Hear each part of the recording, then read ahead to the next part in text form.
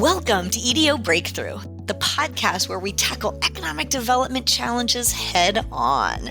From small towns to bustling cities, every place has its own hurdles to overcome. The EDO Breakthrough podcast creates an environment of collaboration, innovation, and understanding where we can share our real-life challenges and brainstorm solutions. I'm your host, Sandy Dubé, a certified economic developer and founder of PPR Strategies.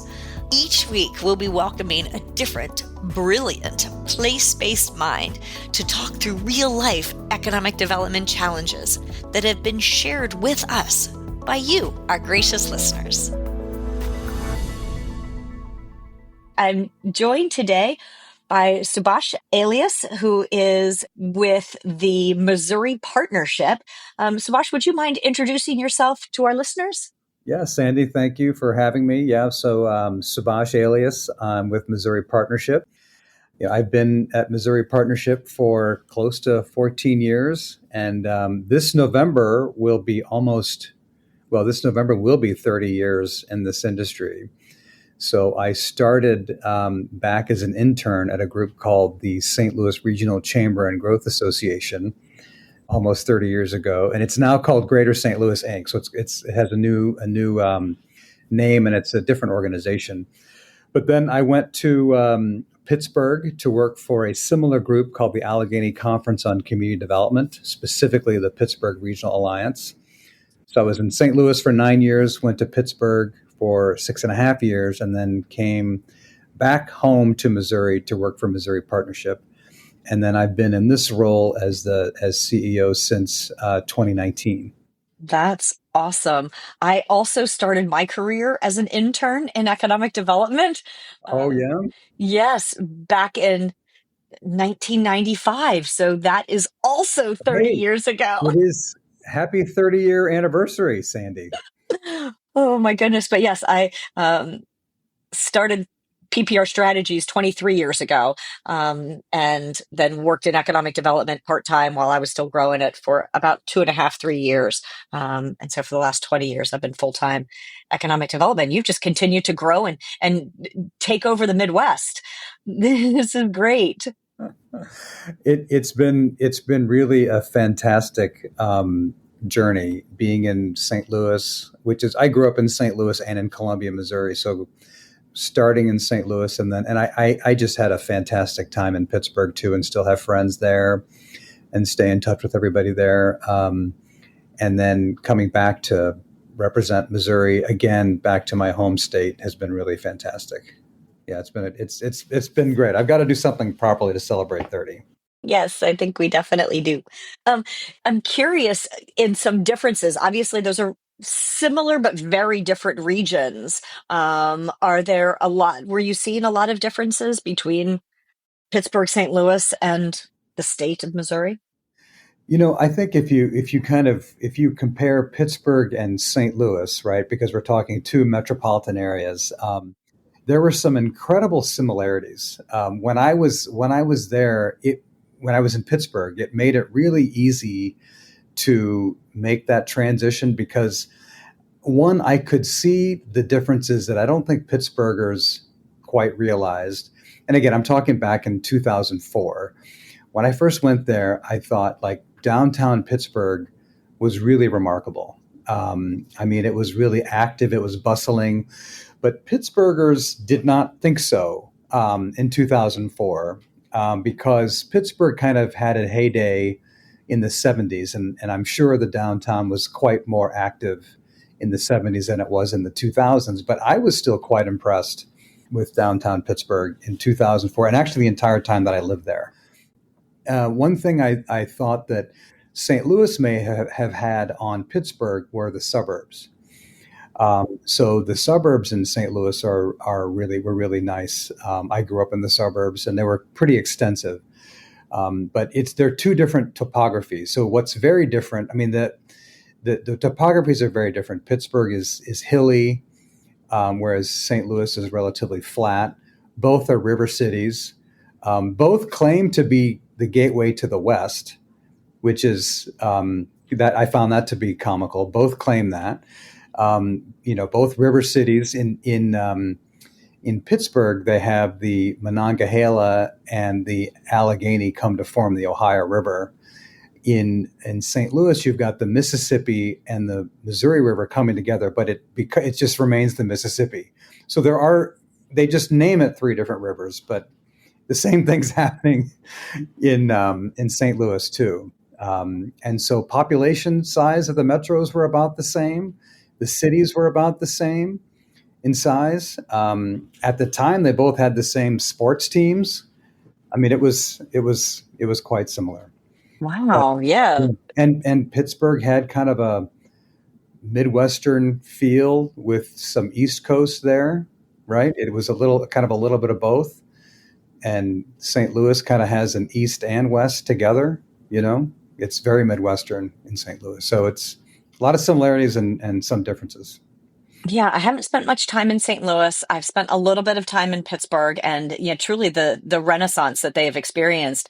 I don't know if you have continued to track, but I think that that citizen engagement and citizen pride has kicked in a little bit more over the years. But isn't it? It is always interesting that we want what we don't have sometimes, and Right, think that we're right. not quite good enough yet.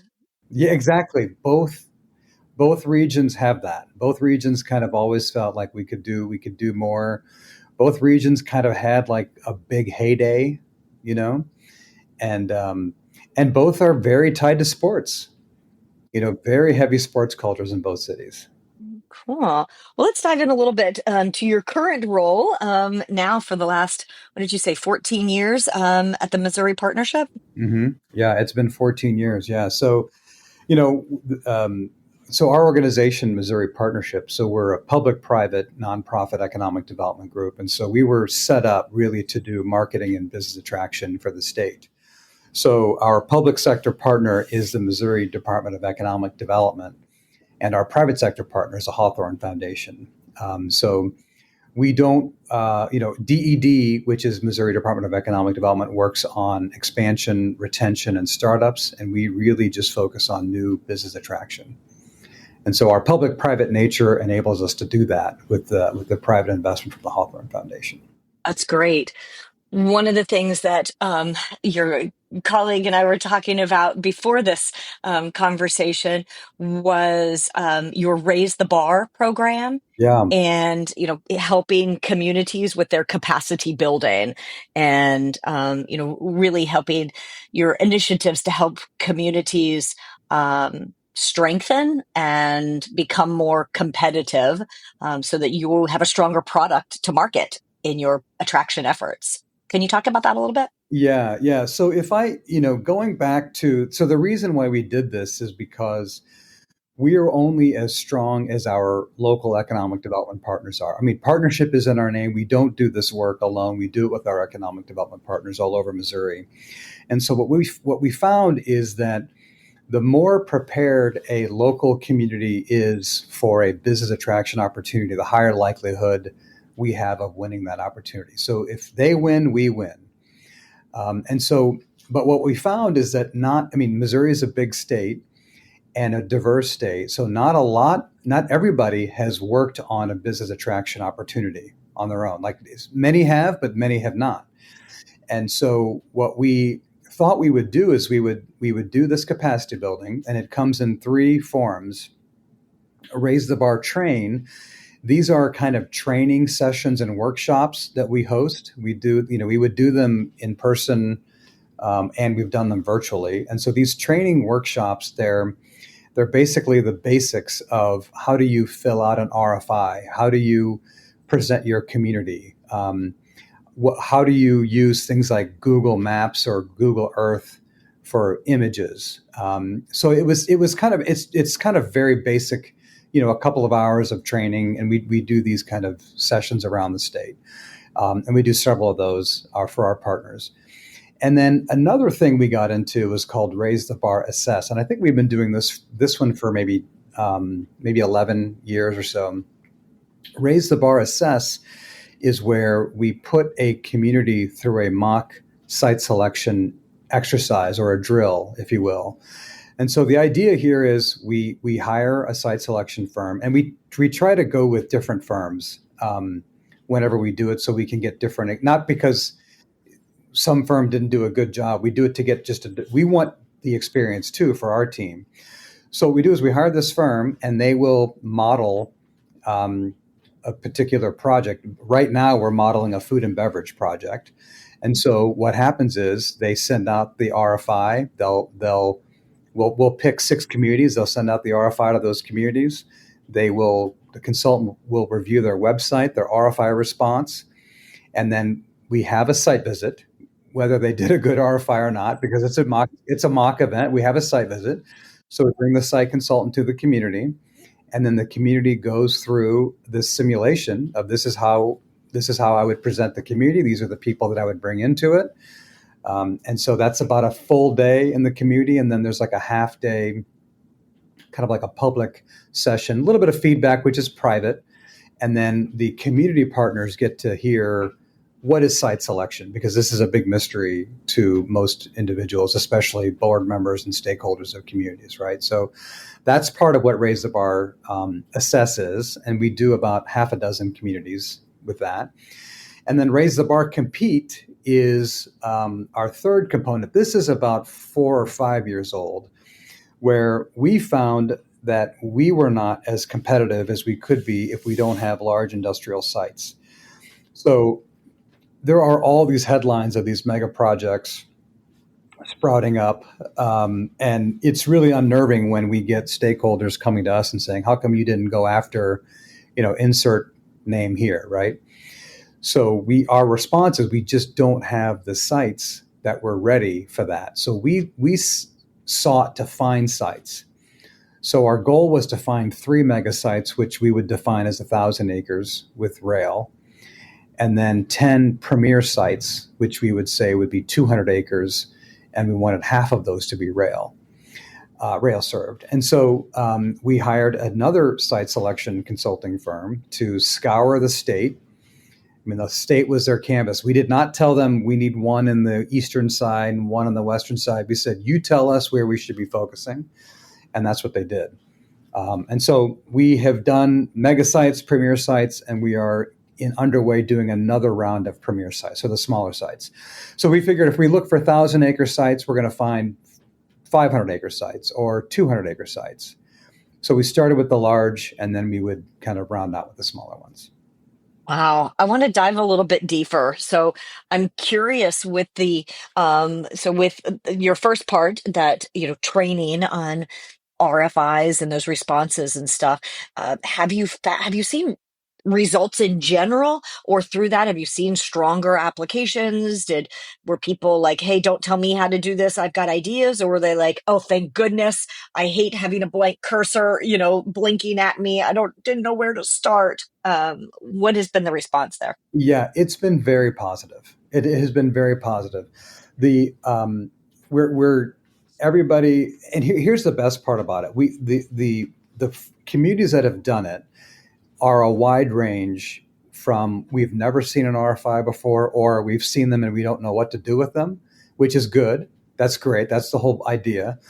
But one thing we did not expect, which I think is fantastic, is that we also have experienced communities do it.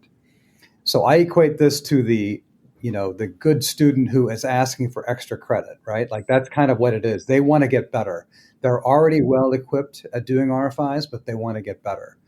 So we see that happening too. So it's a wide gamut. Now we don't force this down anybody. So nobody, if we did, then I suppose we would get the people that say, look, we've got this, but we just offer it. And if anybody wants to do it, we do it. There is a cost for Raise the Bar Assess. So we do some cost sharing with our partners for that, that we don't charge for the train sessions. Oh, yeah. Well, and I think it would be great for onboarding a new team member, or, somebody that understands economic development, but just hasn't been keeping up with all the GIS technology capabilities and things like that. Sound awesome. Exactly. And even our own team members, we go on them too, right? So we're learning. You can never, you don't want to be complacent and think you know how to run a site visit or do an RFI, even though our team has done hundreds of them. That's why we like to get this from different consultants. We'll try one firm and then change to a different one, and we get this wide range of experience. So we learn from it, and our partners learn from it. And we're building relationships too, right? That's part of what we do with sourcing projects. We're building relationships with these site consultants also. So it's not just to be benevolent here and have our partners do it. We benefit from this also. I was curious if from some of these mock site visits and things like that, if you have seen any real projects come from it, because people know and explore and have seen the state through a different lens. Yeah, we have.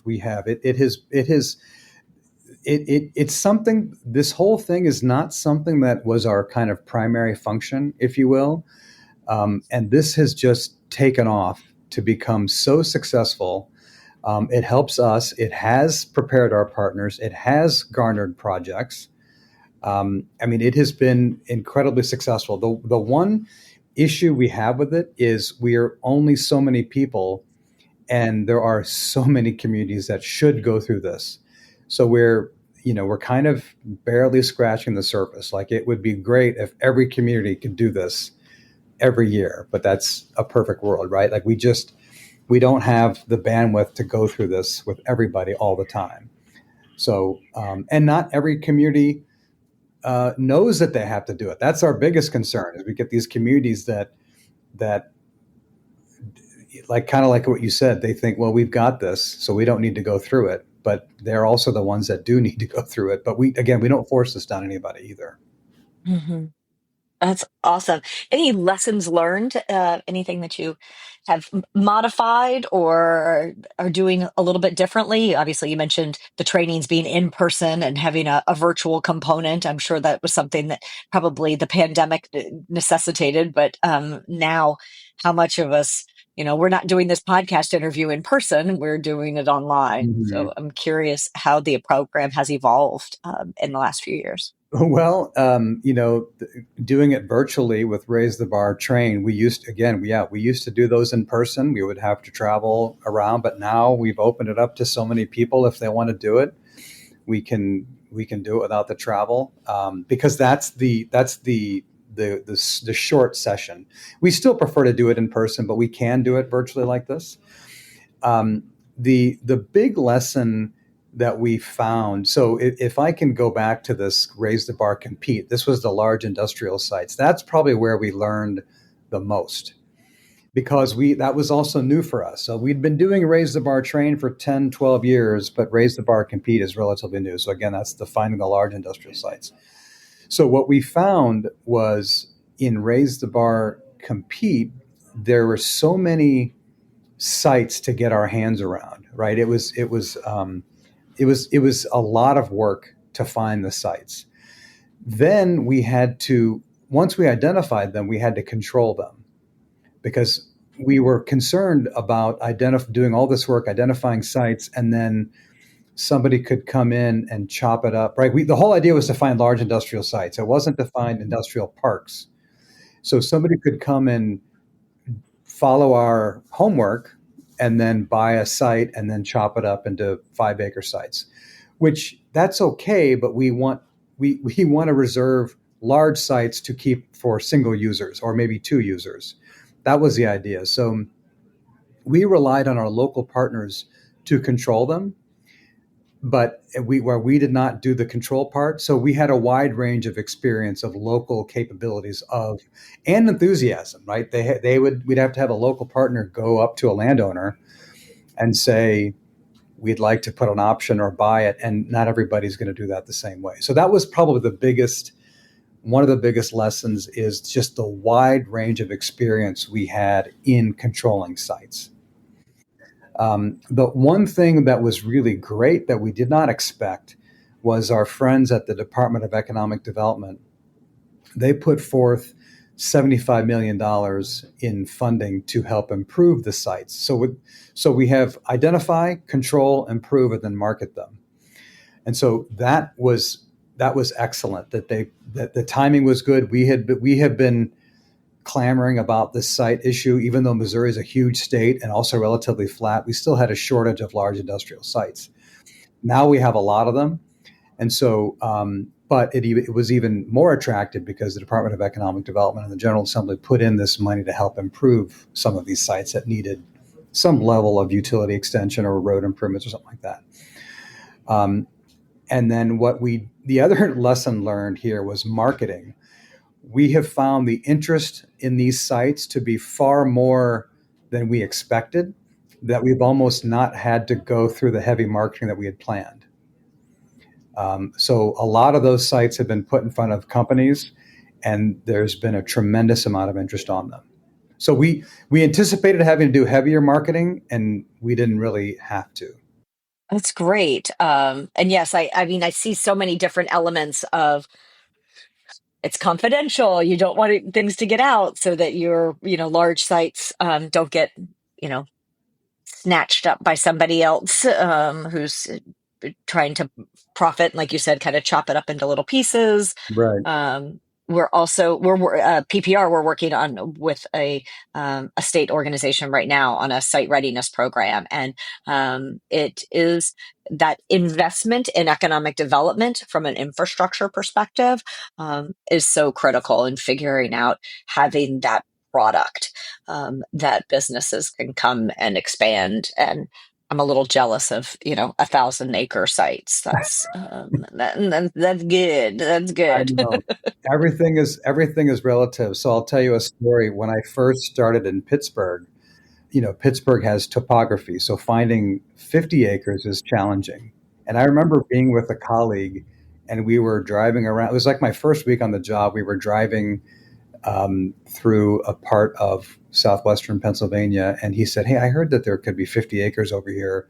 So I'm in my suit, and he's like, "We're walking back, through the woods, through a creek to find," and I'm like, "Why are we doing this?" And then it occurred to me, yeah, 50 acres is hard to come by in some places. So we are very fortunate to have the topography that we have in Missouri, where we do have large industrial sites. Yeah, so obviously, some states, and I actually don't know what that portion of what Pennsylvania is doing, but certainly states are doing, some mountaintop removal Right, because they right. don't have anything flat. The only way to create it is to take out half of the mountain.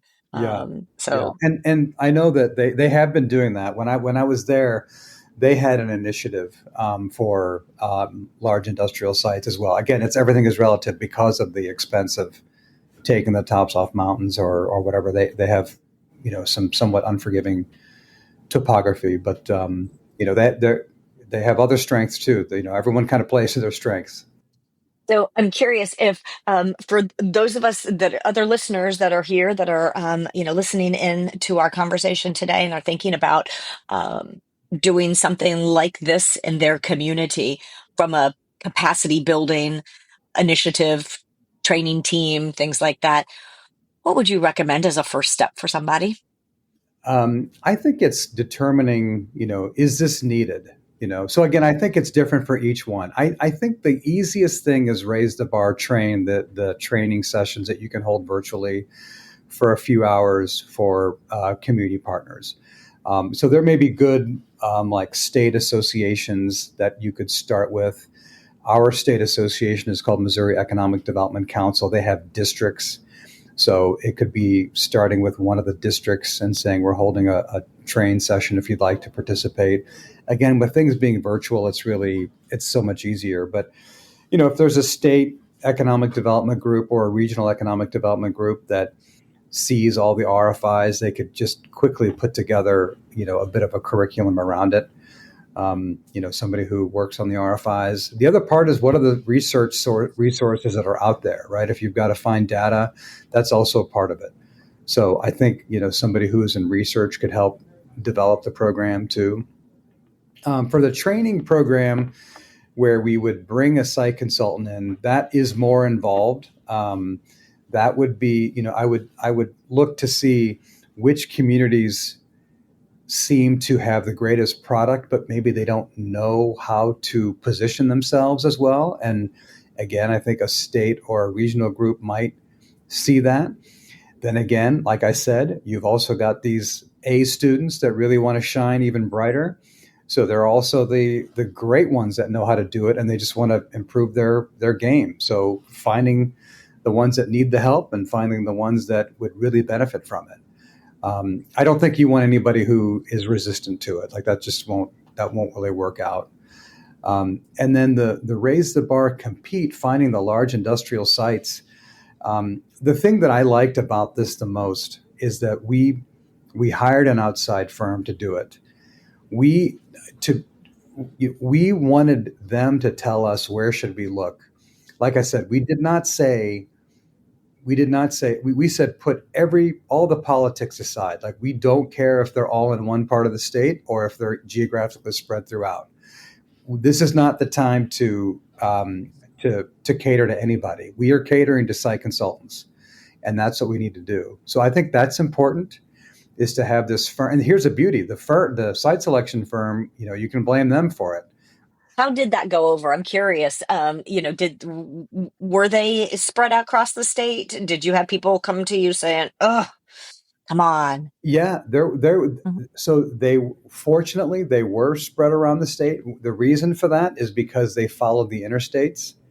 And so interstates are in Missouri, they are kind of spread throughout the state. There were some sites that were in places that we would not have known were available, which was great. That was the idea. There were some sites that this was kind of a challenge, and this is something that I would say to proceed with caution. It's something that we did not expect. Some communities put all of their attention and resources to one side or one part of their community, and the site selection consultant pointed them to a different site. So now you've got a local economic developer who's been putting all their eggs in one basket, and the consultant is telling them, look, that's a great site, but there's an even better one, over here. And so that can be a tough conversation. But again, we did not do this to have easy conversations. We did this so we could be better and more competitive. Maybe what are we doing wrong? We were the first ones to tell the consultants, tell us where we're wrong, right? We don't want to. We want to break our assumptions, and we want to make these sites appealing to you all. So there were some that says, how come we can't be a premier site? Yes, that happened, and we said, you've got to pass this test. That's part of it, and we're not the ones giving it. It's this firm that's gonna do it. And so we had to have tough conversations. But like I said, the consultant was there to take the heat because they're the ones who are putting us through these exercises when the real deal comes along. What were some of the partnerships or resources that needed to happen in order for this program to be successful? It very much had to be local. Like, we had to get locals involved. And like I said, we had a wide range of experience, and the reception was also a wide range. So like I said, sometimes they welcomed what we were doing, and sometimes they were kind of like, look, I really have been investing in the eastern side of my community, and now you're telling us to focus on the western side. Like that was something that took tough conversations, but we had to get local partnerships on board with this. We came out in front and said, we're doing this, and you'll hear from us.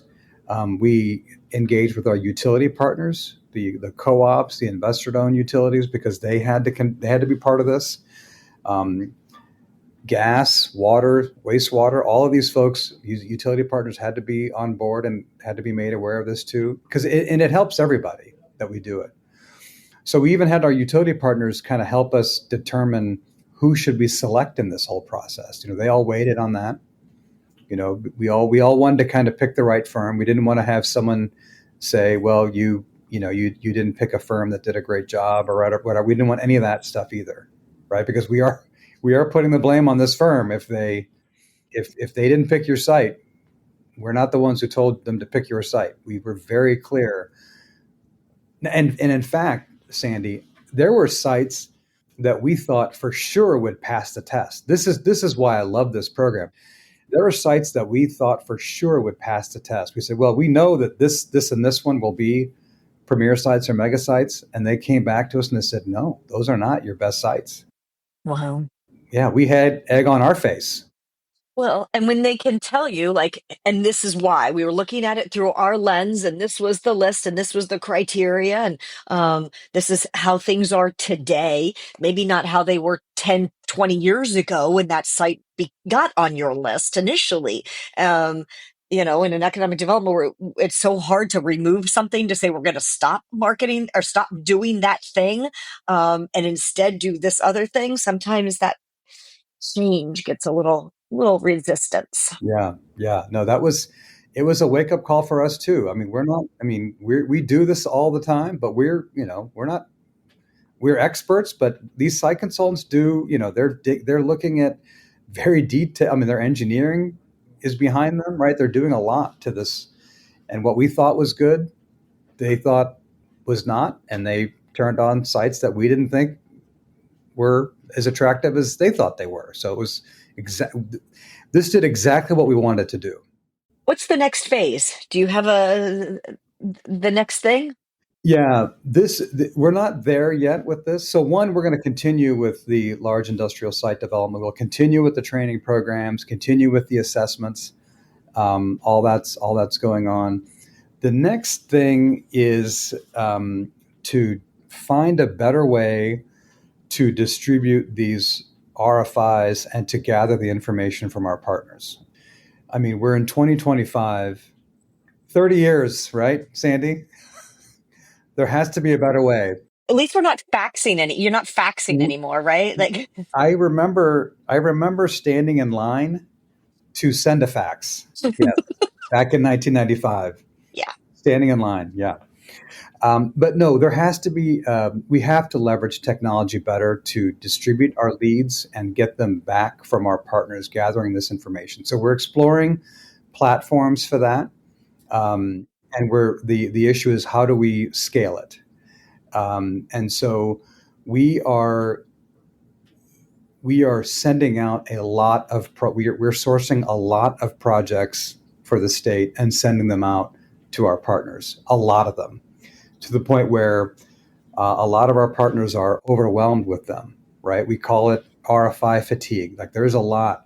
We are not worried about it, but our partners, they have other priorities besides business attraction. Local economic development partners, I got a feel for them. They've got so many different priorities, and business attraction is only one of them. But this is all we do. So, And we, generally very limited capacity, right, because they might be a one or two person office or exactly, even 10 or 15 people. It just depends. exactly. It's still hard. Yeah. Exactly. So we empathize with this, right? So we're trying to make it easier for them to respond to the opportunities that we source and distribute. But it is, I mean, the volume of projects we have sent out, it has overwhelmed some folks. Some are like, bring it on. Many are like that, but some have been overwhelmed by them just because of staffing, right? It's just kind of the reality. Yeah. And then the other thing we have is, there are new economic developers always entering the field, right? People are retiring. And so we want to keep, in addition to kind of getting across the whole spectrum of the state to do this, there are new people entering the field. We want to make sure that they're as well equipped as they can be. So we continue to do as much as we can to get them prepared. Awesome. Thank you. Well, before I ask my final question, I'm assuming you'll help us to share your contact information so people can reach out to you on LinkedIn, your website, things like that, if people want to follow you. Yeah. Subash at MissouriPartnership.com. And our website is MissouriPartnership.com. I'd encourage people to take a look at it, see our targeted industry sectors, our wins, industries, why Missouri, all that is on our website. Oh, thank you. So my last question, as the title of the podcast indicates, EDOs and, economic development. And I'm curious, what is your economic development breakthrough? Um, I would say that was before I started the field, right? And I think it's unusual, Sandy, you and I are a bit unusual for being in this field this long. because I didn't really have any other career. So it was before, again, I did not know what the field was. I just saw a lot of civic activity going on. And this would have been the early 90s. So specifically in St. Louis, again, that's where I grew up there. And they were building new stadiums for hockey, for the St. Louis Blues. They were building a new stadium to attract an NFL team. That is a bitter story on the end of that one. But in the 90s, it was incredibly exciting. And they were building a new mass transit system, light rail system. And I was like, who does this, right? Where does all this come from? How does this all happen? And that's when I had the first aha moment, when I learned about where I ended up interning, which was the St. Louis Regional Chamber, and how they were attracting companies to the region. And I thought, boy, when I went to college in the Quad Cities in Iowa, in Illinois, in Davenport, Iowa. And when I went to school there, I loved taking friends back home and showing them around. And I was like, is there a profession that does this? And when I started reading about it, that was the breakthrough moment. So we're talking before I got in the field. That's amazing. I love that story. And yes, you are quite unique, I would say, in that approach and endeavor. So thank you. Thank you. Well, that does it for us today on this episode of the EDO Breakthrough. Subash, I cannot thank you enough for joining us today. I loved this conversation. Anytime. I enjoyed it too, Sandy. Thank you for having me.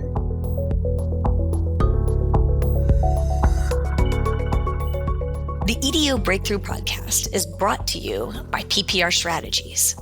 PPR Strategies, standing for People and Places Reimagined, is a strategic consulting firm working specifically with EDOs and other place-based organizations.